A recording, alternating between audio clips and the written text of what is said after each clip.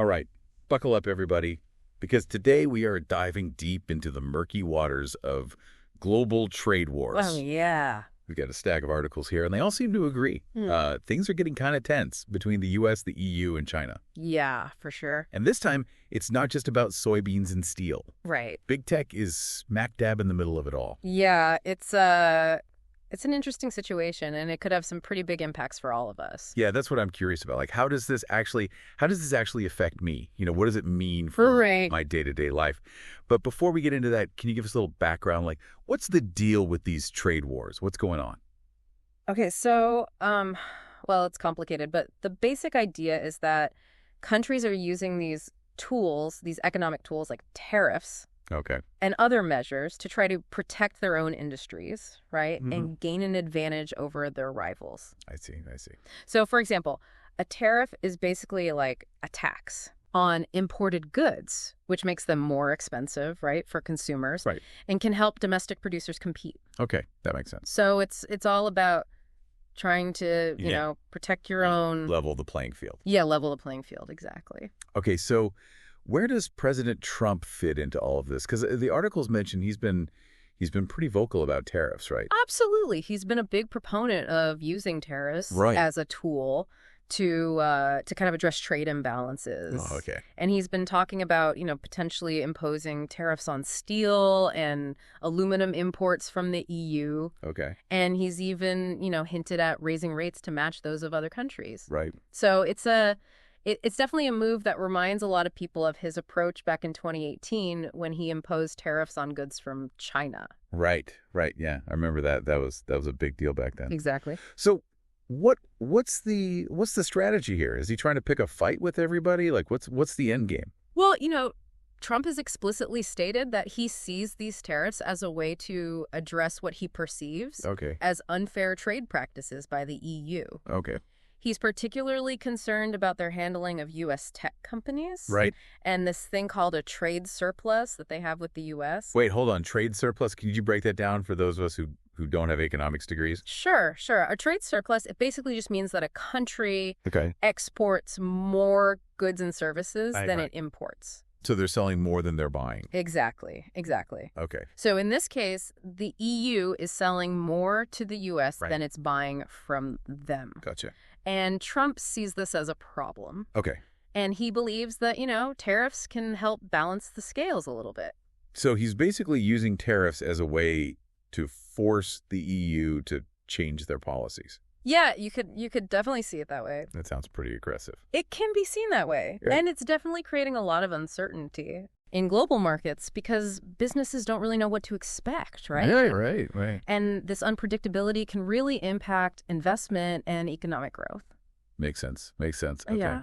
And what about China? I mean, they're a big player in this whole thing. Oh, right? Absolutely. What's their role? And it's interesting because Trump has also indicated that he's not really in a rush to de-escalate trade tensions with China. So he's willing to let things get even more tense. It seems that way, and it's a bit of a risky move. Yeah. Because we've already seen China retaliate with tariffs of their own in the past, right? Mm-hmm. And they've also shown a willingness to use other tactics, like launching an antitrust inquiry into Alphabet, which is Google's parent company. Right. Yeah. It's almost like they're all trying to like one up each other or something. Yeah. There's a lot of maneuvering and posturing going on for sure. Okay. So we've got Trump playing hardball with these tariffs, but what about the EU? I mean, are they just going to sit back and take it?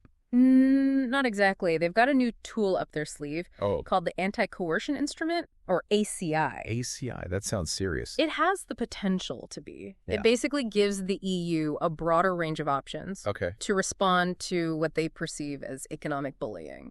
So instead of just like slapping tariffs back on American goods, what else could they do? Well, the ACI lets them target things like public procurement, for example, which means they could make it harder for U.S. companies to win government contracts in the EU. Oh, okay. They could also restrict U.S. access to European financial markets. I see. Or even target intellectual property rights. Okay, so that sounds like it could have a real impact on U.S. businesses, right? Definitely. Is that the goal? The goal of the ACI is to deter countries from using economic coercion in the first place. So it's like a deterrent? It's like a big "don't mess with us" sign. Exactly, yeah. Interesting. It signals that the EU is taking a more assertive stance in protecting their interests. Yeah, I can see why people are calling it the EU's bazooka. Right. But doesn't this just escalate things further? Like, if everybody's threatening each other with all these tariffs and sanctions, doesn't that just make it harder to find some kind of common ground? That's a valid concern, and it's one of the big questions surrounding these trade wars. Right. Can they be used effectively as a negotiating tactic? Okay. Or do they inevitably lead to kind of a downward spiral of retaliation and economic harm? Okay, so we've got Trump playing hardball, the EU armed with their bazooka, and China. We'll get to them in a minute. Right. But before we do, I want to kind of zoom out a little bit and make sure I understand the potential consequences of all this. Like, what does it actually mean for people like me? Yeah, absolutely. That's a crucial question. Yeah. And we'll delve into that further in just a bit. Good. But first, I think it's worth shifting our focus a little bit to how big tech is getting caught up in this whole trade war mess. All right, let's do it. Yeah, it's interesting how these trade tensions, how they're kind of pulling big tech companies right into the middle of it all. Right, yeah. I mean, we already mentioned, China kind of looking into Google, but they're not the only ones flexing their regulatory muscles, Yeah, the articles mentioned something about the EU taking aim at some major U.S. tech companies. Right. What's the deal with that? Is this just another part of their trade war strategy? Well, it's definitely connected. The EU has been increasingly concerned, about the power and influence of these tech giants. Companies like Apple, Alphabet, Meta, even Amazon. Okay. And they've launched investigations under these regulations called the Digital Markets Act and the Digital Services Act. Right. And the potential fines are massive. Yeah. We're talking billions of dollars. Whoa. Billions with a B. Like, what are they being accused of? What do those acts even cover? Okay, so the Digital Markets Act, it's designed to prevent these large online platforms from abusing their market power and stifling competition. Okay. And then the Digital Services Act, that focuses more on making these platforms accountable for the content that's shared on their services. I see. Especially when it comes to illegal or harmful content. Okay, so is this just the EU trying to protect their own tech companies from U.S. dominance? It's not quite that simple. While there's definitely an element of protecting European businesses, I think the EU is also trying to address some broader concerns about, data privacy, online safety, and the overall impact of these platforms on society. Right. So it's kind of like a two-pronged approach. They're trying to protect their own interests, but also address these bigger issues that everyone's facing. Okay. Yeah, it's a complex situation for sure. It sounds like it. Yeah. But this actually brings us to China's role in all of this. Okay. One of the articles mentioned that China's antitrust regulator is considering an investigation into Apple. Okay. Specifically targeting their App Store fees and practices. Wait, China going after Apple? It does seem a bit surprising. I thought they usually targeted Google or Facebook or, some of the other big U.S. tech companies. Why Apple? Well, there are a few possible explanations. One theory is that China sees this as a way to kind of put pressure on the U.S. in their ongoing trade dispute. I see. Apple is a hugely successful company globally. Right. But they also rely heavily on manufacturing in China. Right. So by targeting Apple, China could be sending a message to the U.S. Hey, we have leverage here too. So Apple is basically caught in the crossfire. Yeah, they're kind of a pawn. That does not sound like a fun place to be. Yeah. What are the potential consequences for them if this goes through? Well, if China decides to launch a full-blown antitrust investigation, it could lead to, fines, restrictions on their operations in China, or even force them to change their App Store policies. So some pretty serious consequences. Definitely. It's a high-stakes situation for sure. Okay, and what does this all mean for the future of the tech industry? If these trade wars keep escalating, and countries keep targeting each other's tech companies, where does that leave us? Will we end up with separate competing tech ecosystems? That's a question a lot of people are asking, and it's a real possibility. I mean, we're already seeing some signs of this happening with countries, prioritizing their own tech champions and enacting policies that favor domestic companies. So globalization is kind of like going in reverse. It's a complex issue, and there are arguments to be made on both sides. Right. Some people argue that a certain degree of decoupling is necessary to protect, national security and economic interests. Right. Others believe that, it will stifle innovation and lead to a less efficient global economy. Right. So it's a balancing act. Yeah. Okay. So we've got trade wars, tech giants in the crosshairs, and the potential for a splintered tech landscape. Yeah. This is getting pretty heavy. It's a lot. Can we take a step back for a second and talk about how this actually affects, normal people? Of course. And it's important to remember that these trade wars, while they're often framed in these abstract economic terms, they have very real consequences for individuals and businesses. Yeah. At the beginning, you mentioned that they could affect everything from like prices at the store to, the technology we use every day. Can you give us some concrete examples? Absolutely. So one of the most direct impacts is on prices. Okay.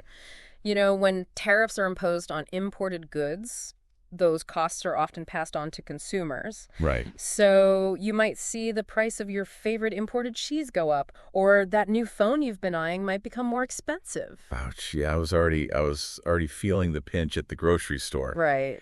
But it's not just about prices, right? What about the availability of products? Yeah. Could these trade wars disrupt supply chains and stuff? That's another potential consequence. Okay. Remember the early days of the pandemic? Oh, yeah. When we had trouble getting masks and other essential goods? Yeah. Trade disruptions can have a similar effect. Right. Making it harder to find certain products or causing delays in shipment. Yeah, I remember that. That was a stressful time. I don't want to have to fight over toilet paper again. Right. Okay, so beyond these direct impacts on consumers. Yeah. What about the broader economic implications? Well, trade wars can slow down economic growth. Okay. Which means fewer jobs are created, businesses might struggle to expand. Right. They also create a lot of uncertainty. Yeah. Which makes it harder for businesses to plan for the future. Right. And can lead to a decline in investment. So it's not just about who wins or loses the trade war. Right.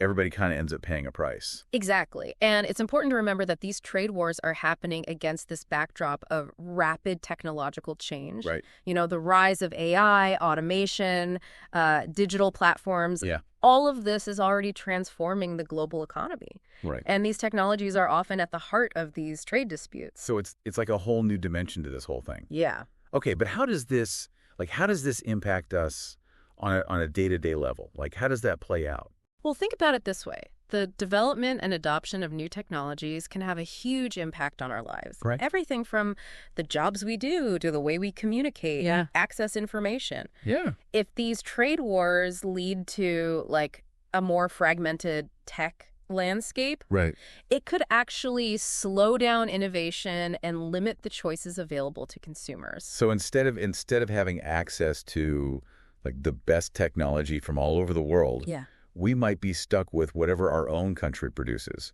even if it's not the best option. That's a possible scenario. Okay, all right, that's food for thought for sure. Yeah. Okay, so we've covered a lot of ground here. We have. We've talked about Trump's tariffs, the EU's ACI, China's potential investigation of Apple, right, and the broader implications for the tech industry and consumers.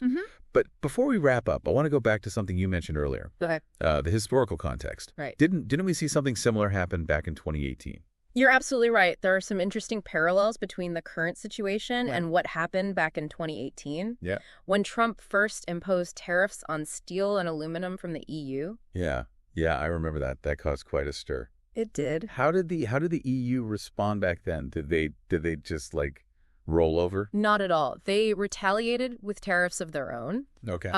They targeted specific products like bourbon, motorcycles, and orange juice. Interesting. And they chose these products very strategically, aiming to hit industries that were important to Trump's political base. So it's like a game of economic chess. Yeah, it is. You're trying to anticipate your opponent's moves, right, and find their weak spots. Exactly. Okay, but did it work? Did those retaliatory tariffs actually change anything?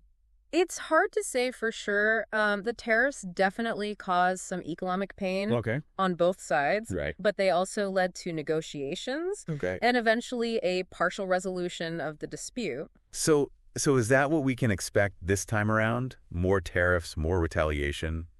It's certainly a possibility. Okay. But it's important to remember that the context is different now. Right. We have a new administration in the U.S. Yeah. And the global landscape has shifted significantly. Right. Especially with the rise of China. Exactly. So it's even more complicated than before. It is. Just when I thought I was starting to understand it all. Yeah. Well, that's the thing about global trade and geopolitics. It's constantly evolving. Right. And there are always new factors to consider. That's true. But that's also what makes it so fascinating to study and try to make sense of.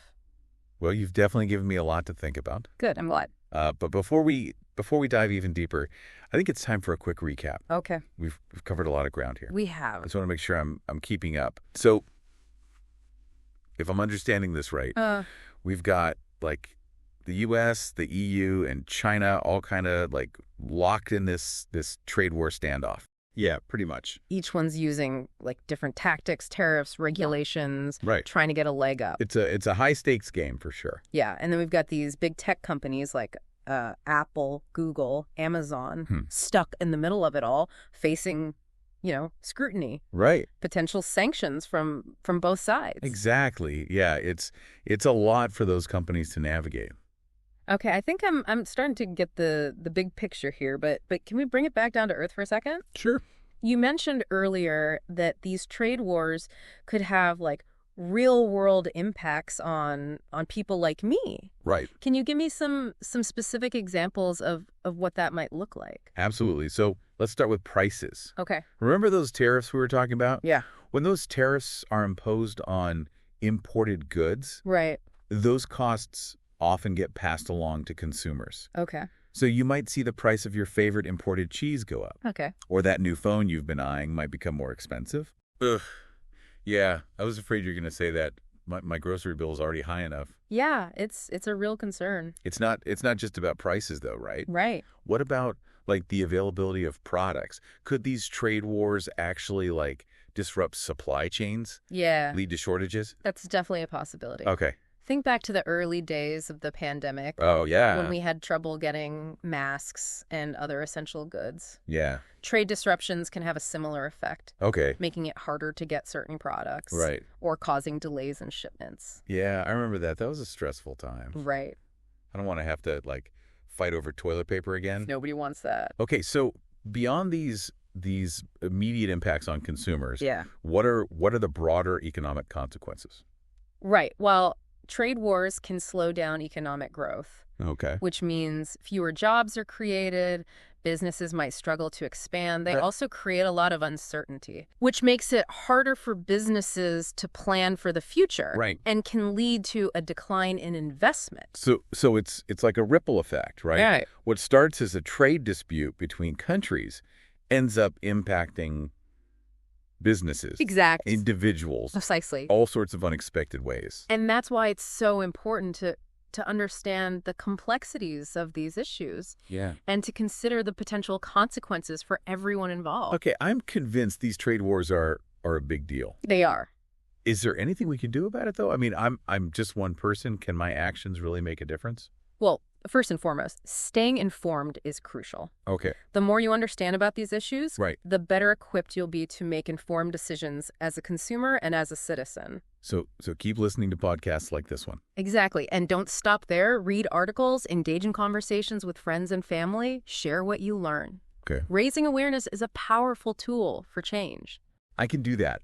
What about on a more practical level, though? Like, are there any specific actions I can take as a consumer to kind of like mitigate the impact of these trade wars? One thing you can do is to be more mindful of your purchasing decisions. Okay.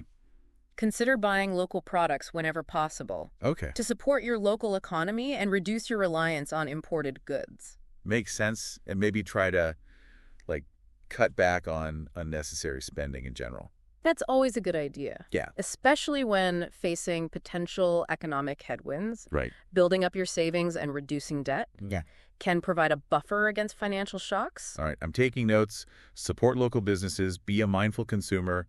Build up those savings. Got it. Anything else? The most important thing is to stay engaged. Okay. These trade wars are complex. They're constantly evolving. Right. So it's crucial to stay informed and to continue learning. You've definitely given me a lot to think about, and I have a feeling this is just the beginning of the story. It probably is. Is there anything else you think our listeners should keep in mind as we navigate this new world of trade wars and tech turmoil? One final thought. Don't underestimate the power of your voice. Okay. Engage in thoughtful conversations about these issues. Share your perspectives and let your elected officials know how these trade wars are impacting you and your community. Great advice. Knowledge is power. It is. And the more we understand about these complex issues, the better equipped we'll be to face the challenges and opportunities that lie ahead. Thanks for joining us on this deep dive into the world of trade wars and tech turmoil. My pleasure. We'll be keeping a close eye on this story, so stay tuned for more updates and insights. Absolutely. Until next time.